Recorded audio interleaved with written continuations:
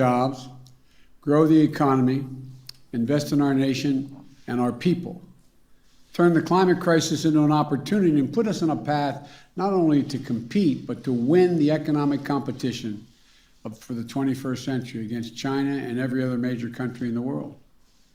It's fiscally responsible. It's fully paid for. 17 Nobel Prize winners in economics have said it will lower the inflationary pressures on the economy. And over the next 10 years, it will not add to the deficit at all. It will actually reduce the deficit, according to economists. I want to thank my colleagues in the Congress for their leadership. We spent hours and hours and hours over months and months working on this. No one got everything they wanted, including me. But that's what compromise is. That's consensus. And that's what I ran on. I've long said compromise and consensus are the only way to get big things done in a democracy, important things done for the country. I know it's hard. I know how deeply people feel about the things that they fight for.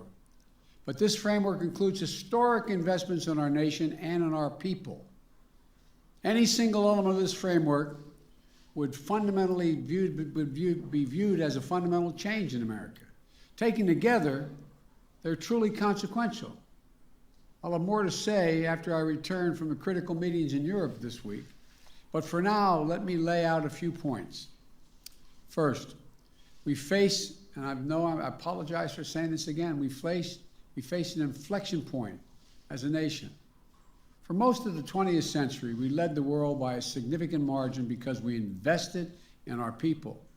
Not only in our roads and our highways and our bridges, but in our people, in our families. We didn't just build an interstate highway system, we built a highway to the sky. We invested to win the space race, and we won. We're also among the first to provide access to free education for all Americans, beginning back in the late 1800s.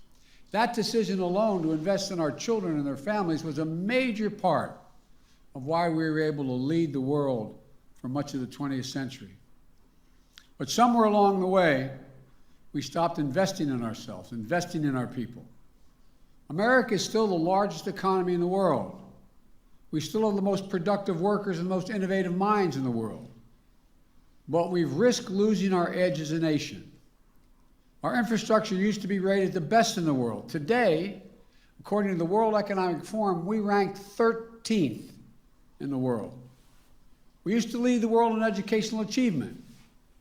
Now the Organization for Economic Cooperation and Development ranks America 35th out of the 37 major countries when it comes to investing in early childhood education and care. We know how our children start impacts significantly on how they'll finish. We can't be competitive in the 21st century global economy if we continue this slide. That's why I've said all along, we need to build America from the bottom up and the middle out, not from the top down, with the trickle-down economics that's always failed us. I can't think of a single time when the middle class has done well that the wealthy haven't done very well.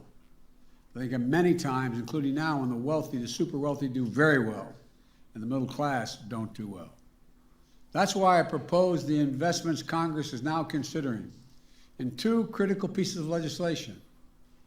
Positions I ran on as president, positions I announced when I laid out in a joint session of Congress what my economic agenda was. These are not about left versus right, or moderate versus progressive, or anything else that pits Americans against one another. This is about competitiveness versus complacency. Competitiveness versus complacency. It's about expanding opportunity, not opportunity denied. It's about leading the world or letting the world pass us by. Today, with my Democratic colleagues, we have a framework for my Build Back Better initiative. And here's how it will fundamentally change the lives of millions of people for the better. Millions of you are in the so-called sandwich generation who feel financially squeezed by raising a child and caring for an aging parent. About 820,000 seniors in America and people with disabilities have applied for Medicaid, and they're on a waiting list right now, to get home care. They need some help. They don't have to be kicked out of their homes, but they need a little help getting around, having their meals made occasionally for them. They don't want to put them in nursing homes, not because of the cost, but because it's a matter of dignity. They want to stay in their homes. But it's hard. You're just looking for an answer so your parents can keep living independently with dignity. For millions of families in America, this issue is the most important issue they're facing. It's personal. So here's what we're going to do. We're going to expand services for seniors so families can get help from well-trained, well-paid professionals to help them take care of their parents at home, to cook meals for them, to get their groceries for them, to help them get around, to help them live in their own home with the dignity they deserve to be afforded. Quite frankly, what we found is that this is more popular or as popular as anything else we're proposing because the American people understand the need. It's a matter of dignity and pride for our parents. 30 years ago, we ranked number 7 among the advanced economies in the world as a share of women working. You know where we are today? We ranked 23rd. 23rd. 7 to 23. Once again, our competitors are investing, and we're standing still. Today, there are nearly 2 million women in America not working today simply because they can't afford childcare. Typical family spends about $11,000 a year on childcare. Some states, it's $14,500 a year per child. We're going to make sure nearly all families earning less than $300,000 a year will pay no more than 7% of their income for childcare. And for a family making $100,000 a year, that will save them more than $5,000 in childcare. This is a fundamental game changer for families and for our economy, as more parents, especially women, can get back to work and work in the workforce. I'm looking at a lot of significant press people in front of me. A lot of them are working mothers. They know what it costs. I remember when I got to the Senate, I lost my wife and daughter in an accident, my 2 boys. I started commuting 250 miles a day because I had my mom and my dad and my brother and my sister to help me take care of my kids because I couldn't afford childcare and I was getting a serious salary, $42,000 a year. We've also extended the historic middle-class tax cut. That's what I call it, middle-class tax cut for parents. That is the expanded child tax credit we passed through the American Rescue Plan. What that means is, for folks at home, they're getting $300 a month for every child under the age of 6, $250 for every child under the age of 18. We're extending that for another year. The money is already a life changer for so many working families. This will help cut child poverty in half this year, according to experts. But that's not all it does. It changes the whole dynamic for working parents. In the past, if you paid taxes and had a good income, you could deduct, under the tax code, $2,000 per child from the taxes you owed. But how many families do you know, a cashier, waiters, healthcare workers, who never got the benefit of the full tax credit because they didn't have that much to deduct, and it wasn't refundable? So it either came off your tax bill or you didn't get full credit. Why should somebody making $500,000 a year, or $150,000 or $200,000 a year get to write it off their taxes? And the people who need the help even more, they don't have that much tax to pay. They don't get the benefit, and they have the same cost of raising their children. 80% of those left out were working parents who just didn't make enough money. That's why in the American Rescue Plan, we didn't just expand the amount of the middle-class tax cut. We also made it refundable. This framework will make it permanently refundable, making sure that the families who need it get a full credit for it, in addition to those who are already getting full credit. They're going to make sure that every 3- and 4-year-old child in America will go to high-quality preschool. That's part of the legislation I just brought up to the Congress. Studies show that when we put 3 and 4 years old in school, not daycare, school, we increase by up to 47% the chance that that child, no matter what their background, will be able to earn a college degree. As my wife Jill is in the back here, always says, any country that out-educates us is going to outcompete us. We can finally take us from 12 years to 14 years of universal education in America. We also make investments in higher education by increasing Pell Grants to help students from lower income families attend community colleges and 4-year schools. And we invest in historically black universities, colleges and universities, HBCUs, minority serving institutions, and tribal colleges to make sure every young student has a shot at a good paying job in the future. This framework extends tax credits to lower premiums for folks who are in the Affordable Care Act for another 3 years. From 4 million folks in the 12 states that haven't expanded Medicaid, all the rest have, this framework will enable you to get affordable coverage. And Medicare will now cover the cost of hearing aids and hearing checkups. This framework also makes the most significant investment to deal with the climate crisis ever happened, beyond any other advanced nation in the world. Over 1 billion metric tons of emission reductions, at least 10 times bigger on climate than any bill that has ever passed before, and enough to position us for a 50 to 52% emission reductions by the year 2030. And we'll do it in ways that grow the domestic industries, create good paying union jobs, address long-standing environmental injustices as well. Tax credits to help people do things like weatherize their homes so they use less energy, install solar panels and develop clean energy products, and help business produce more clean energy. And when paired with the bipartisan infrastructure bill, we will truly transform this nation. Historic investments in passenger rail. I know everybody says, oh, Biden's a rail guy. That's true. But passenger rail and freight rail and public transit, it's going to make hundreds of thousands of vehicles off the road, saving millions of barrels of oil. Everybody knows, all the studies show, if you can get from point A to point B on electric rail, you won't drive your car. You'll take the rail service. We also learned that in most major cities in America, minority populations, the jobs they used to have in town, they're now out of town. Roughly 60% of the folks, they don't have vehicles, so they need to have a means to get out of town, to their jobs, to be on time.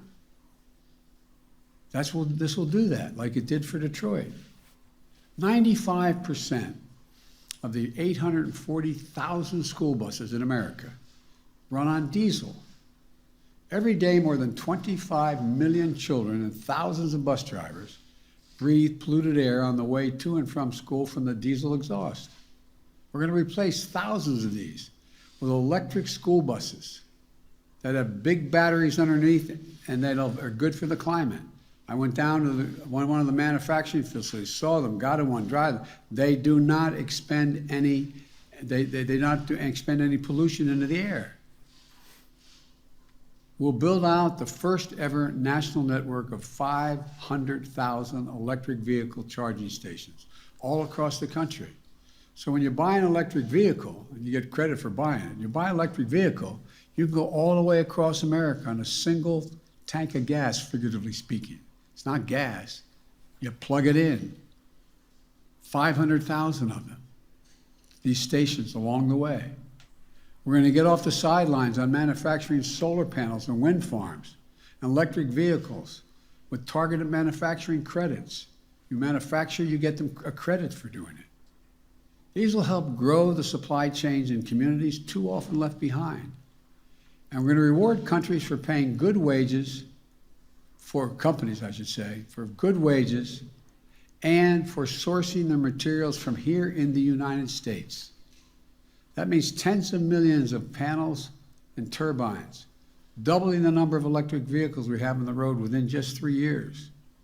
We'll be able to sell and export these products and technologies to the rest of the world and creating thousands more jobs because we are once again going to be the innovators. We'll also make historic investments in environmental cleanup and remediation. That means putting people to work in good-paying jobs at prevailing wage, capping hundreds of thousands of abandoned wells and gas wells, oil and gas wells, that need to be capped because they are leaking things that hurt the air. Putting a stop to the methane leaks in the pipelines, protecting the health of our communities. It's a big deal. And we'll build up our resilience for the next superstorm, drought, wildfires, and hurricanes that represent a blinking code red for America and the world. Last year alone, these types of extreme weather events you've all been covering and you've all witnessed and some of you have been caught in the middle of, have caused $99 billion in damage to the United States within the last year. $99 billion. We're not spending any money to deal with this? It's costing us significantly. In Pittsburgh, I met an IBW electrical worker who climbs up on those power lines in the middle of a storm to try to put transformers in to keep the lights on when storms hit. He calls himself a 100% union guy. His job's dangerous. As he said, I quote, "I don't want my kids growing up in a world where the threat of climate change hangs over their heads," end of quote. Folks, we all have that obligation to our children and to our grandchildren. The bipartisan infrastructure bill is also the most significant investment since we built the interstate highway system and won the space race decades ago. This is about rebuilding the arteries of our economy.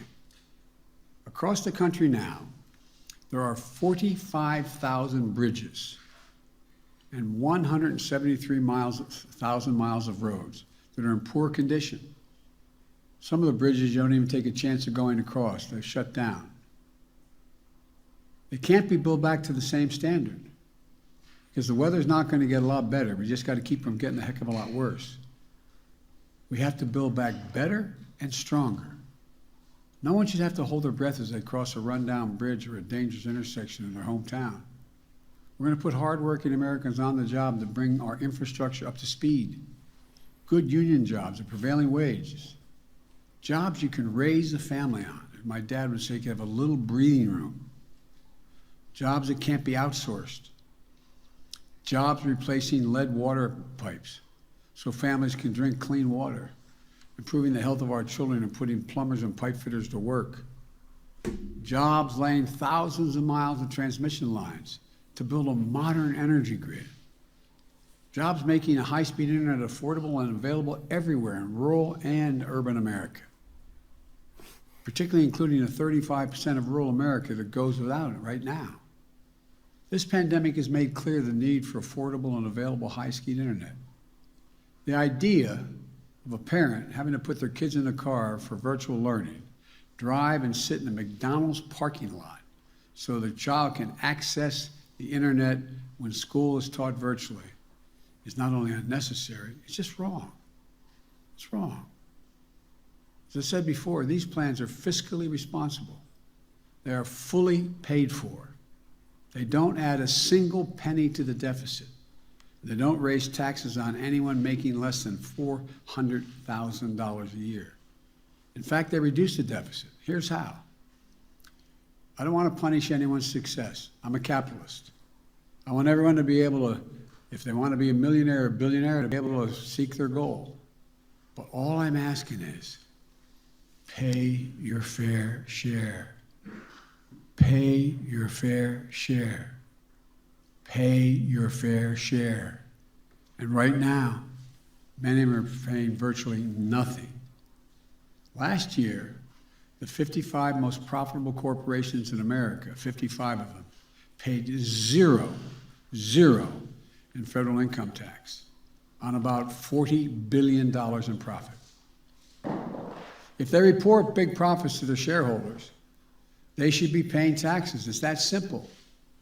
That's why the Build Back Better framework will have a 15% minimum on the largest corporations, a minimum tax of 15%. The top 1% of the wealthiest Americans evade, it's estimated by the experts, $160 billion a year in federal taxes. That's wrong. We're going to change that.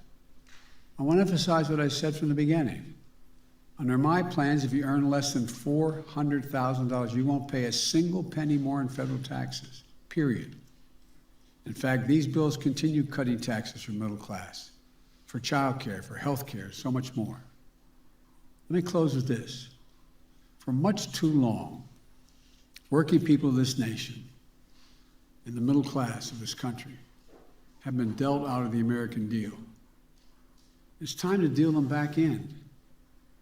I ran for president saying it was time to reduce the burden on the middle class, to rebuild the backbone of this nation, working people and the middle class. I couldn't have been any clearer from the very moment I announced my candidacy. That's why I wrote these bills in the first place and took them to the people. I campaigned on them, and the American people spoke. This agenda, the agenda that's in these bills, is what 81 million Americans voted for. More people voted than any time in American history. That's what they voted for. Their voices deserve to be heard, not denied, or worse, ignored. Because here's what I know. If we make these investments, there will be no stopping the American people or America. We will own the future. I've long said it's never been a good bet to bet against the American people. I've said that to foreign leaders as well as everyone here in this country, which means it's always a good bet to bet on the American people. Just give them half a chance. And that's what we're doing. That's what these plans do. They're about betting on America, about believing in America, about believing in the capacity of the American people. If you look at the history of the journey of this nation, what becomes crystal clear is this. I'll say it again. Given half a chance, the American people have never, ever, ever, ever let the country down. So let's get this done. God bless you all, and may God protect your troops, and I'll see you in Italy and in Scotland. Thank you. Did Manchin and Sinema agree to this? Are you relying on? Do you have a firm commitment from Senator Sinema? 우선 지금 뭐 어차피 여러분들 이거 다 안 보실 거 알고 있어요. 그냥 이 영상은 이렇게 마칠게요. 수소 관련주에 투자하신 분들 축하드립니다. 구독과 좋아요, 알림 설정은 제게 큰 힘을 줍니다. 감사합니다.